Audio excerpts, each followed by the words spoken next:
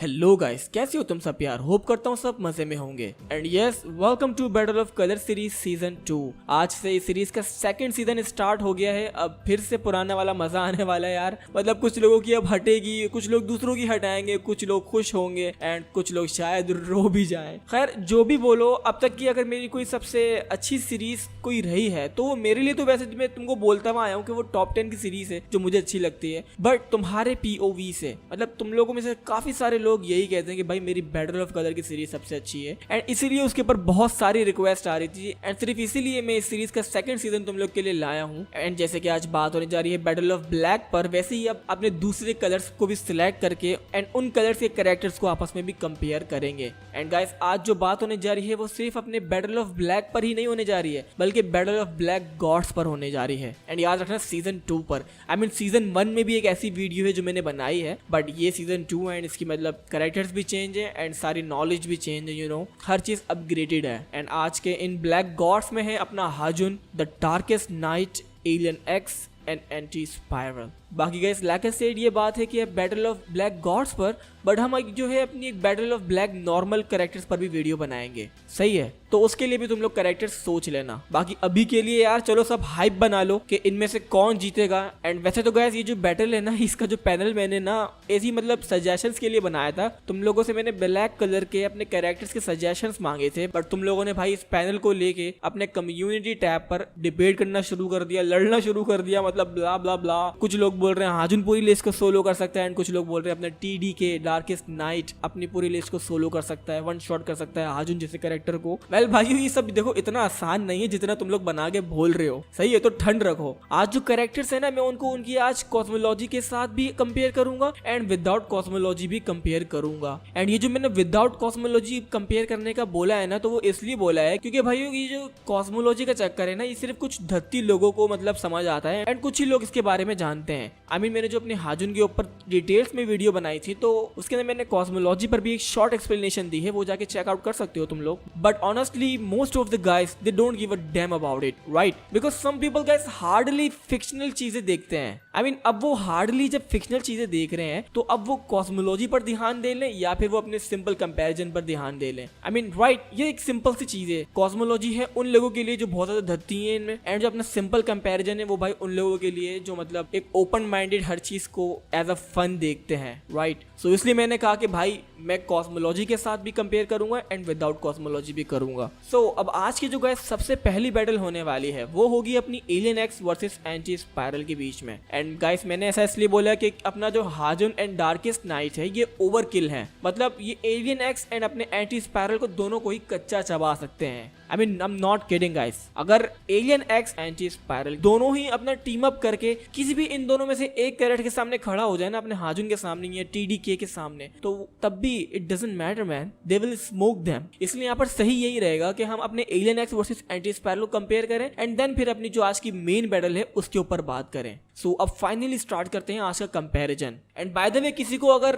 अंदाजा नहीं हो रहा हो ना कि भाई ये क्या हो रहा है इस वीडियो में, मतलब कुछ लोग हो सकते हैं ऐसे जिनको नहीं पता होगा कि भाई ये क्या हो रहा है, मतलब कलर्स लेके बंदा क्या कर रहा है, ये कैरेक्टर्स को इनके साथ मिला दिया, ब्ला ब्ला ब्ला चीजें हो ही जा रही हैं। खैर टेंशन नहीं लो भाई, ये सब जानने के लिए तुम लोग को मेरी बैटल ऑफ कलर की फर्स्ट जो सीजन था ना उसको देखना पड़ेगा। वहां पर तुम लोग वो देखने के बाद इसको देखना, तब जाके तुम्हें सही से समझ आएगा सब कुछ। आई बटन पर तुम लोग उसको चेकआउट कर सकते हो। एंड हाँ, ये भी याद रखना कि वो जो मेरी कंपैरिजन वीडियोस होंगी ना वो पुरानी है, उनके अंदर कुछ इन्फॉर्मेशन होंगी, ऊंच नीच मतलब होती है। बट अब की जो है वो बात अलग है। अब कॉस्मोलॉजी पर भी ध्यान देंगे एंड साथ में ही कोशिश करेंगे कि कुछ गलती ना हो। बट गलती तो सबसे ही होती है, खैर कोशिश करेंगे हम। तो बात सबसे पहले करते हैं अपने एलियन एक्स की फ्रॉम बेन 10 यूनिवर्स से। And we all know that कि Alien X means everything, there is nothing he can achieve. And also अपनी सीरीज में भाई ये अनडिफीटेबल बंदा है, लाइक सेलेस्टियल सेपियन है। एंड कहा गया है कि सेलेस्टियल सेपियन की स्पीशीज जो है इसको कोई नहीं हरा सकता सिवाय सेलेस्टियल सेपियन के। ये इमॉर्टल है एंड ये वो हर चीज कर सकता है जो कि एक यूनिवर्स का गॉड कर सकता है। मतलब my man literally created the whole universe. अब तक का अगर सबसे स्ट्रॉन्गेस्ट फीट अगर हमें एलियन एक्स का कहीं दिखाया है तो वो यही दिखाया है कि भाई जब पूरा यूनिवर्स डिस्ट्रॉय हो रहा होता है तो माय मैन की ड्यूरेबिलिटी इतनी दिखाई है कि इसको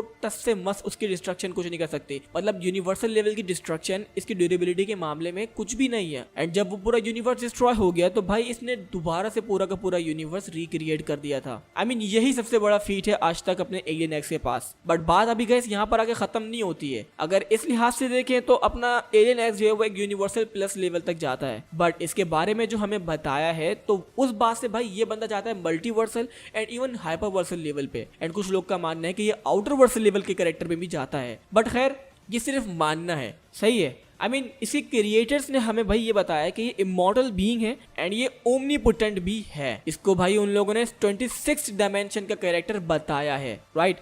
आई मीन आई सेड कि ये सब बताया है। And guys outside the show everything is non-canon, which means it's not canon yet, but still show में हमें ये बात जरूर बताई है कि there's nothing Alien X cannot do, right? Which means अगर वहां पर यूनिवर्स की जगह मल्टीवर्स भी डिस्ट्रॉय हुआ होता तो अपना शायद Alien X उस वक्त मल्टीवर्स को भी रिक्रिएट कर देता। बट ऐसा हमें दिखाया नहीं, ये सिर्फ हमारी अजम्पशन है अपने क्रिएटर्स को लेके। And like I said guys, मेरी इस बात को तुम लोग सही से ध्यान दो, मतलब समझ लो। सिर्फ इसी कैरेक्टर के बारे में नहीं, मतलब हर कैरेक्टर के बारे में जो भी चीज हमें शो के बाहर दिखाई है वो नॉन कैनन है। अब वो क्रिएटर्स खुद क्यों ना बोल रहा हो, मतलब क्रिएटर अगर कोई बात बोलता है ना आउटसाइड द शो तो मतलब वो सिर्फ बात बोल रहा होता है। अगर वही बात वो शो में दिखाएगा तो उसके लिए भाई उसको बहुत सारे प्लॉट्स चाहिए होंगे, बहुत सारी स्टोरीज क्रिएट करनी होंगी, प्लॉट आर्मर बनाना पड़ेगा, मतलब बहुत सारी चीजें करनी पड़ती हैं। मतलब आउटसाइड द शो कोई भी ट्वीट कर सकता है कि भाई ये बंदा ओमनीपोटेंट है या फिर ये ओमनीपोटेंट हो जाएगा, अब वो क्रिएटर क्यों ना हो। तो इसलिए ये चीज होती है नॉन कैनन। तो इसलिए भाई हम लोग खुद ये बोल सकते हैं कि हाँ भाई एलियन एक्स एक आउटर वर्सल लेवल में जा सकता है, बट ऐसा कुछ दिखाया नहीं है हमें उसके बारे में। बट अब इसके अगेंस्ट हम बात करें तो अब यहाँ है अपना एंटी स्पाइरल फ्रॉम गुरेन लगान एनिमे से।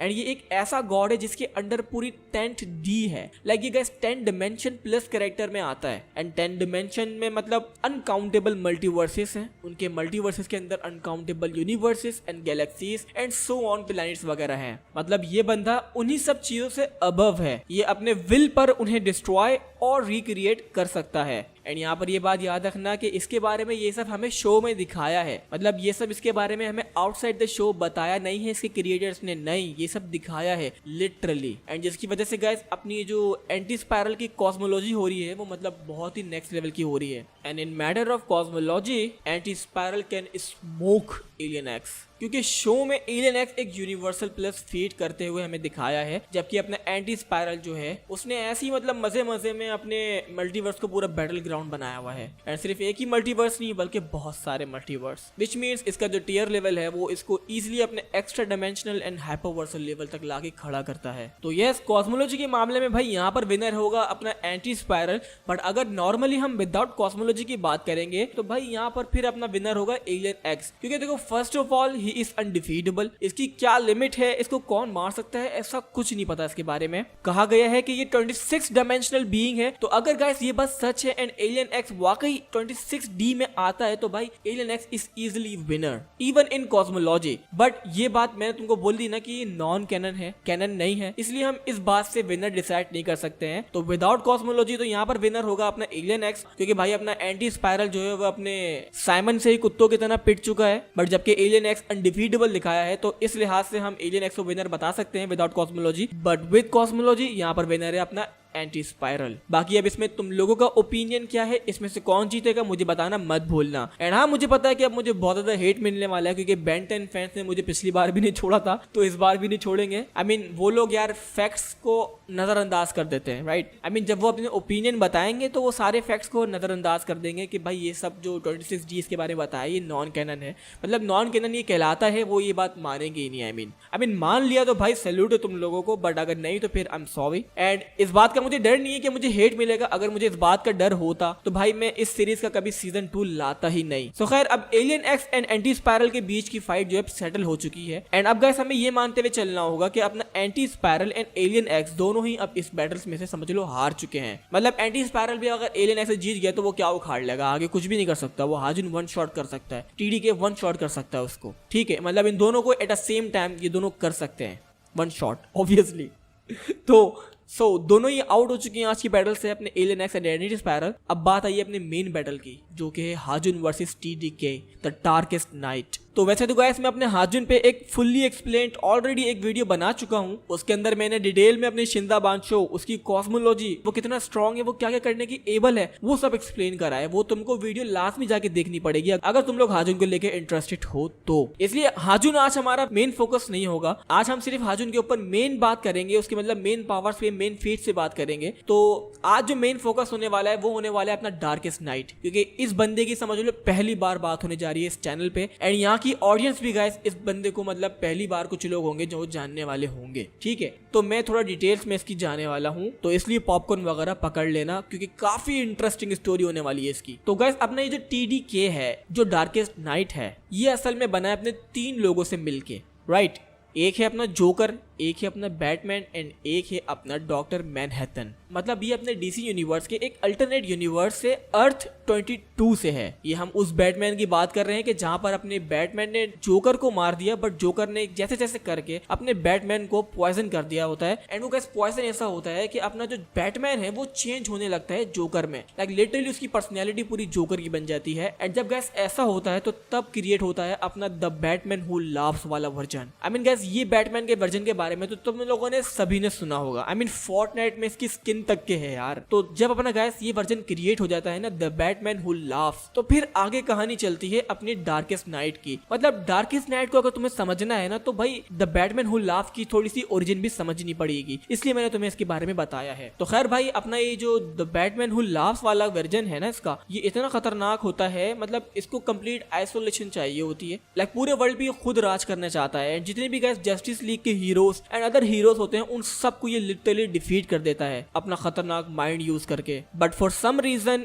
इस कॉमिक के अंदर हमें वंडर वुमन MVP दिखाई है, लाइक कुछ ज्यादा ही OP भी दिखा दिया है इसको। मतलब यही बंदी आती है एंड अपने चेन सो से द बैटमैन हु लाव्स को डिफीट कर देती है। I mean, isn't it hard to believe? But yes, Wonder Woman defeated him. तो अब आगे कहानी ये चलती है कि भाई अपना जो बैटमैन होता है ना, उसकी हमें तुम्हें पता है कि इंटेलिजेंस कितनी दिखाई है। तो उसने गाइस अपनी इसकी भी प्लानिंग कर रखी होती है कि अगर वो मर जाए तो उसके आगे क्या होगा, तो उसने इसका भी बंदोबस्त कर रखा होता है। तो ठीक उसी तरह जब अपना ये द बैटमैन हु लाव्स मरता है, तो उससे पहले गाइस उसने एक दूसरे यूनिवर्स में अपने एक दूसरे बैटमैन के वर्जन को डॉक्टर मैनहट्टन में ट्रांसफॉर्म करा हुआ होता है एक मशीन के यूज से। एंड उसके अंदर उसी को लॉक करा हुआ होता है एंड अपने सर्वेंट्स को कहा होता है कि जब मैं मरूं तो मेरा माइंड उसकी बॉडी में कन्वर्ट कर देना। एंड ठीक ऐसे ही होता है कि जब अपना द बैटमैन हु लाव्स मरता है, तो वो एक दूसरे एक और अल्टरनेट वाले वर्जन को, जो कि अपने डॉक्टर मैनहट्टन की पावर्स को अचीव कर चुका होता है, उसकी बॉडी में अपना ये वाला माइंड लाके उसके सर्वेंट्स डाल देते हैं। एंड पूरी सर्जरी कंप्लीट होने के बाद जब उसको होश आता है, तो भाई अपना Batman the one who loves वो अपना अवेक होता है डॉक्टर मैनहट्टन की बॉडी में उसकी सारी पावर्स के साथ। एंड गाइस ये जो सर्जरी करी होती है ना, वो करी होती है अपने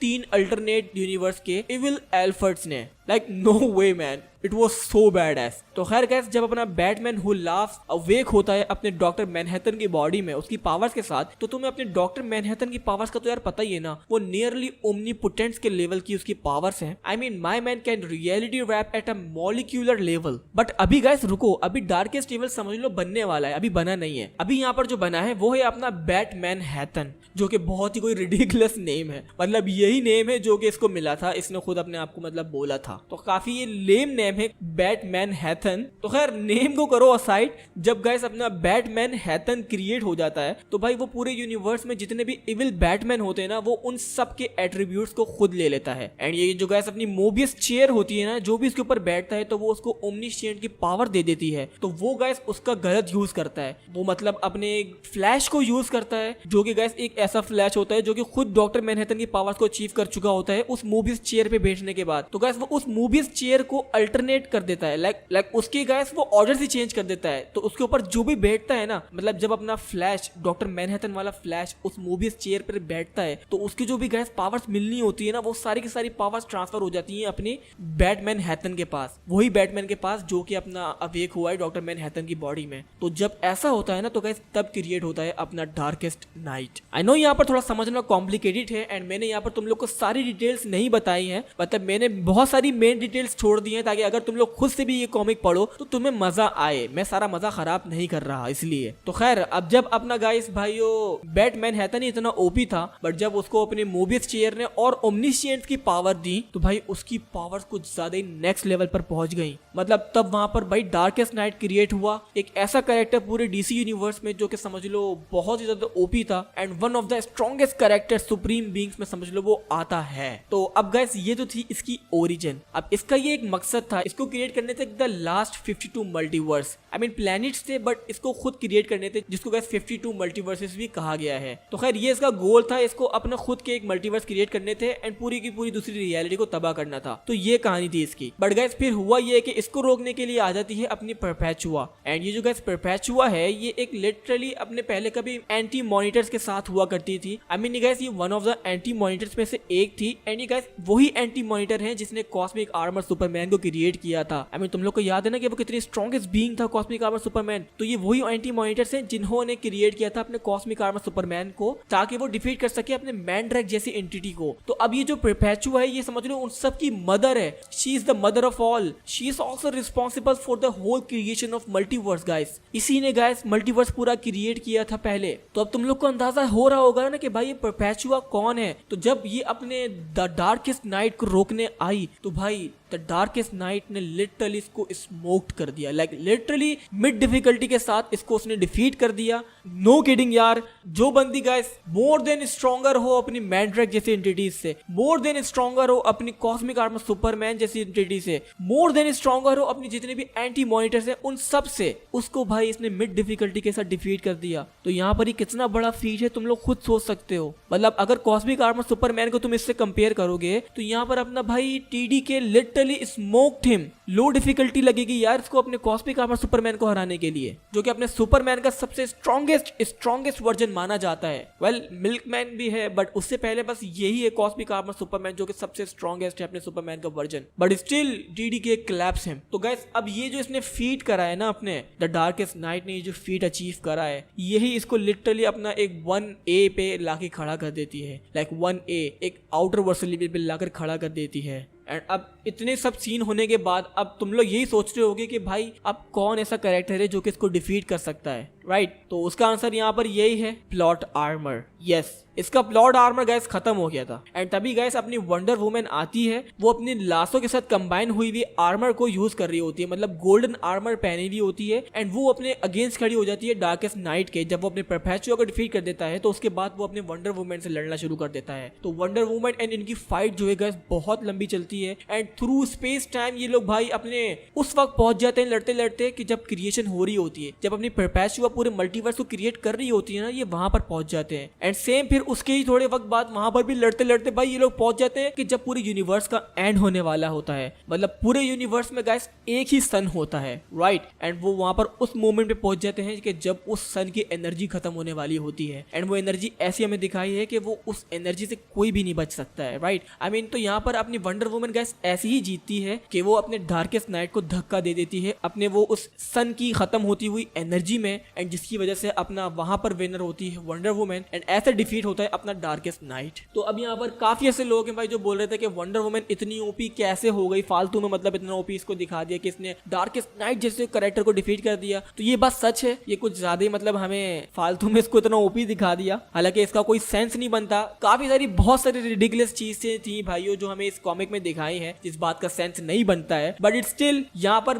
जो भी कहो सीधी बात कहने की यही है कि अपने प्लॉट आर्मर ने अपने डार्केस्ट नाइट को डिफीट किया है। अगर प्लॉट आर्मर नहीं होता तो बस वंडर वुमन इसके आगे कुछ भी नहीं थी फिर। तो अब ये भाई पूरी तुम लोग को मैंने इसकी ओरिजिन, इसका मकसद, इसकी पावर सब बता दी, इसके जो मेन फीट्स थे वो भी बता दिए। तो अब ऐसे कैरेक्टरों को अगर हम कंपेयर करें हाजुन से तो भाई फिर इनका क्या होगा। तो अभी यहाँ पर हाजुन का भी मैं तुम लोग को पहले थोड़ा सा बता ही देता हूँ। तो भाई देखो अपनी शिंजा बांचो में अपने ताइक्यू को का सिस्टम है एंड जो ये ताइक्यू को है ना ये बहुत ही ओपी कोई चीज है, मतलब ये सिर्फ एक ताइक्यू को अगर किसी कैरेक्टर के पास है तो वही उसको सिर्फ सीधा अपने आउटर वर्सल लेवल पे जाके खड़ा कर देती है अपने शिंदा बांशो में। ये बात याद रखना, ठीक है, सिर्फ शिंदा बांशो में। एंड साथ ही सिर्फ एक ताइक्यू को जो है वो अपनी पूरी एक सिंगुलैरिटी के बराबर है। एंड ये जो अपने एक ताइक्यू क्यू वाले कैरेक्टर्स हैं वो पूरी की पूरी रियलिटी को, पूरे के पूरे मल्टीवर्स, पूरे के पूरे ओमनीवर्स को अपनी पूरे एक कैनवस पर देखकर उसके अंदर जो चाहे वो उसके अंदर चेंजेस कर सकते हैं। आई मीन समझ रहे हो ना तुम लोग, इतनी ज्यादा ओपी है ये ताइक्यू को। तो अब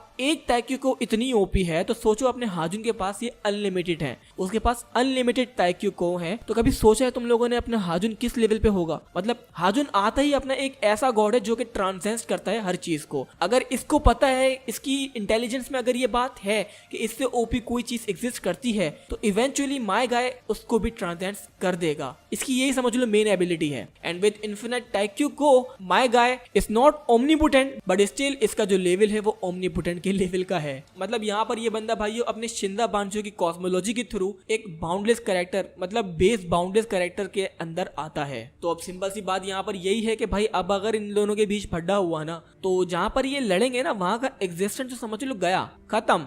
इनके मतलब नॉर्मल अटैक से ही पूरा का पूरा एग्जिस्टेंस ही लाइक वाइप्ड आउट हो जाएगा। And I am not kidding here. But इनमें से अब जीतेगा कौन? तो भाइयों देखो, इनके सारे फीट्स देखते हुए, इनकी सारी पावर्स एंड कॉस्मोलॉजी देखते हुए मैं यहाँ पर यही कहूंगा कि जिसकी कॉस्मोलॉजी यहाँ पर बेटर एंड बिगर होगी वही जीतेगा। एंड गाइस, जब मैंने अपने हाजुन की एक्सप्लेनेशन में वीडियो बनाई थी जो, उसके अंदर भाइयों मैंने गलती से यार ये बोल दिया था कि अपने शिंदा बांशो की जो कॉस्मोलॉजी है वो डीसी से भी ज्यादा बिगर है, बट ऐसा असल में नहीं है। मैं उस वक्त भाइयों बहुत ज्यादा हाइप्ड हुआ था एंड मैं कंप्लीटली अपना शिंदा बांशो के अंदर घुसा हुआ था। तो इसलिए मैंने गाइस हाइप ही हाइप में मेरे मुंह से ये निकल गया कि डीसी यूनिवर्स की जो कॉस्मोलॉजी है वो छोटी है अपने शिंदा बांशो से, बट ऐसा नहीं है। डीसी की cosmology is way bigger than Marvel and अपना शिंदा बांशो। एंड हाँ, यहाँ पर मैं इतना 110% श्योर हूँ कि अपने शिंदा बांशो की जो कॉस्मोलॉजी है वो मार्वल से तो बहुत ज्यादा बड़ी है। आई मीन वो बेटर है मार्वल से, मैं ये नहीं कह सकता, बट बिगर है, यस डेफिनेटली। मार्वल के आगे अपनी शिंदा बांशो की कॉस्मोलॉजी काफी बड़ी है, बट डीसी के आगे मतलब नहीं यार। DC is no joke in matter of cosmology man. DC ने अगर कहीं पर फोकस करा है ना तो वो अपनी कॉस्मोलॉजी पर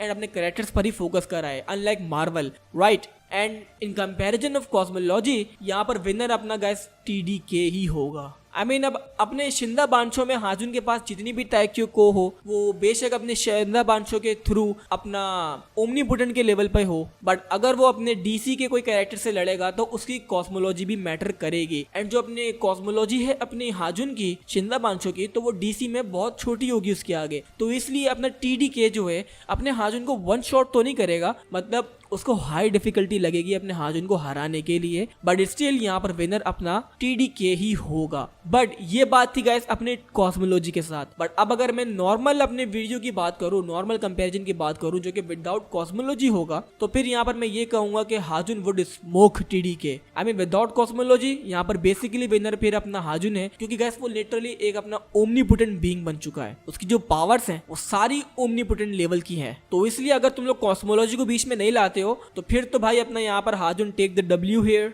but in matter of cosmology जो कि समझ लो एक प्रॉपर तरीके से जिसको हम कहेंगे एक प्रॉपर विनर जो है वो होगा अपना TDK he with high difficulty in my opinion. Okay, so damn यार, एक्सप्लेन करने में बहुत मजा आया यार। होप करता हूँ तुम लोग को भी ऐसी मजा आया हो। तो ये मेरा ओपिनियन था, अब तुम लोग को ओपिनियन क्या है कमेंट सेक्शन में मुझे बताना मत भूलना। एंड अगर वीडियो अच्छी लगी हो तो उसको गाइस लाइक करना मत भूलना, चैनल को सब्सक्राइब करना, बेल आइकन को ऑल नोटिफिकेशन पर सेट करना। एंड इंस्टाग्राम पर मुझे फॉलो करो, वहां पर मैं अपनी सारी अपडेट्स देता हूँ इस चैनल से रिलेटेड, मेरे से रिलेटेड, एनिमे से रिलेटेड एंड मतलब आने वाली वीडियो से भी रिलेटेड। मैं वहीं पर अपनी सारी तुम लोग को अपडेट्स देता हूँ। बाकी मेरा तुम लोग डिस्कॉर्ड सर्वर भी यार ज्वाइन करो, उसकी लिंक तुम्हें नीचे डिस्क्रिप्शन में मिल जाएगी, वहीं पर जाके तुम लोग मुझे सारे सजेशंस वगैरह दे सकते हो। तो अब बहुत बातें हो गई हैं, बोल बोल के मेरा मुंह थक गया है। सो मैं मिलता हूँ नेक्स्ट वीडियो में, अपना ख्याल रखना। Till then, farewell.